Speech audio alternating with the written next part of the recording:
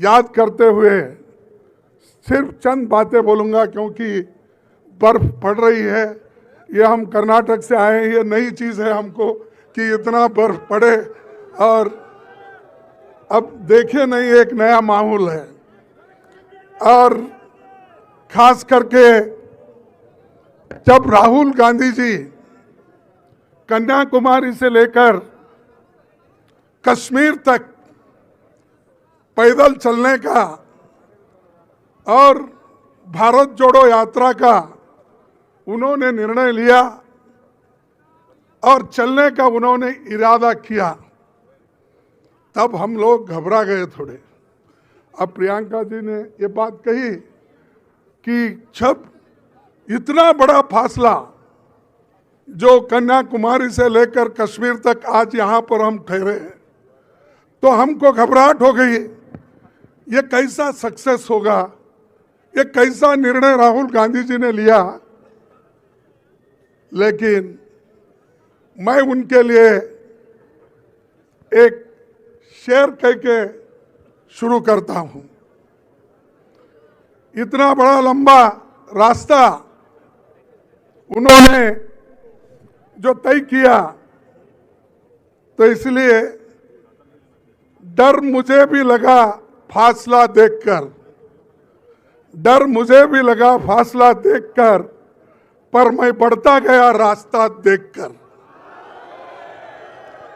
डर मुझे भी लगा फासला देखकर, क्योंकि कन्याकुमारी से कश्मीर तक, पर मैं बढ़ता गया रास्ता देखकर। खुद ब खुद मेरे नजदीक आती गई, खुद ब खुद मेरे नजदीक आती गई मेरी मंजिल, मेरा हौसला देखकर। तो ये उन्होंने जो इतनी बड़ी दूरी कंप्लीट की, इसीलिए मैं हमारे पार्टी के ओर से, सारे जनता के ओर से और सारे लोगों के ओर से उनको बहुत बहुत बहुत बधाई देता हूं। और उनके साथ जो यात्री चले, रात दिन उनके साथ रहे, बारिश हो, धूप हो, ठंडी हो, इसमें वो चलते हुए उनका साथ दिए 200 से भी अधिक लोग, उनको भी मैं धन्यवाद करता हूं और बधाई देता हूं।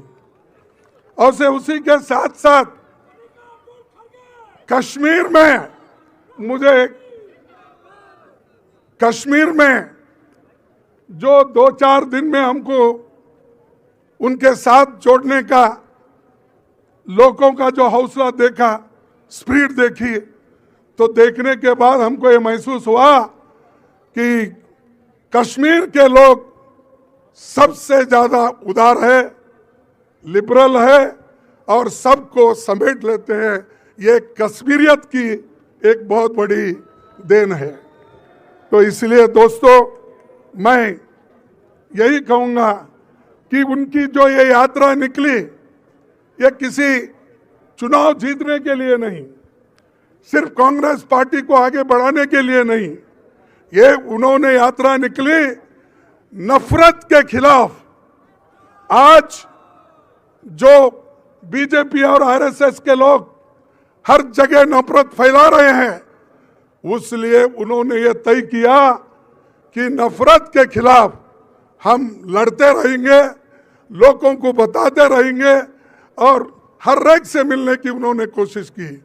बच्चों से लेकर बूढ़ों तक, टेक्नोलॉजिस्ट के साथ, डॉक्टर के साथ, इंजीनियर्स के साथ और विद्यार्थियों के साथ, छोटे मोटे दुकानदारों के साथ और छोटे मोटे जो रोजगार काम करते हैं उनके साथ, किसानों के साथ, सबसे मिले और बहुत से महिलाओं से, बच्चों से भी मिले। सब कुछ उन्होंने देखा और चल कर देखा, सिर्फ हवा में उड़ के नहीं देखा। जो मोदी साहब हमेशा हवा में ही उड़ते रहते हैं, आज यहाँ है, कल 8 दिन पहले मेरे कॉन्स्टिट्यूंसी में फिर रहे थे वो चुनाव को देखकर। तो वो आज राहुल गांधी जी ने एक सबूत आपको दिया कि वो कन्याकुमारी से लेकर कश्मीर तक जोड़ सकते हैं और जनता के जो मुद्दे हैं, इन्फ्लेशन हो, अनएम्प्लॉयमेंट हो, ये सारी चीजों के खिलाफ वो लड़ रहे हैं। और एक बात मैं आपको बताना चाहता हूं, मोदी जी, आरएसएस और बीजेपी के लोग इस देश में गरीब को गरीब रखना चाहते हैं और अमीर को अमीर बना रहे हैं। 1% लोग इस देश की 10% लोग इस देश के 72% संपत्ति को लूट रहे हैं और 50% लोगों के पास सिर्फ 3% संपत्ति है। तो इसीलिए हमको इसके खिलाफ लड़ना है और हम लड़ेंगे। खासकर जो कश्मीर की समस्या है, जहां पर उसको यूनियन टेरिटरी बनाया, जो कश्मीर को हम जन्नत कहते हैं, इस जन्नत को उन्होंने यूनियन टेरिटरी बनाया। लेकिन राहुल गांधी जी का इरादा है इसको असेंबली हम बनाएंगे और यहां पर स्टेटहुड लाएंगे और यहां असेंबली बनकर ये स्टेट बनेगा कश्मीर। इसीलिए हम पूरी ताकत लगाएंगे। समय की कमी रहने की वजह से मैं और ज्यादा कुछ नहीं बोलना चाहता हूं। उनको बहुत बहुत फिर एक बार बधाई देता हूं।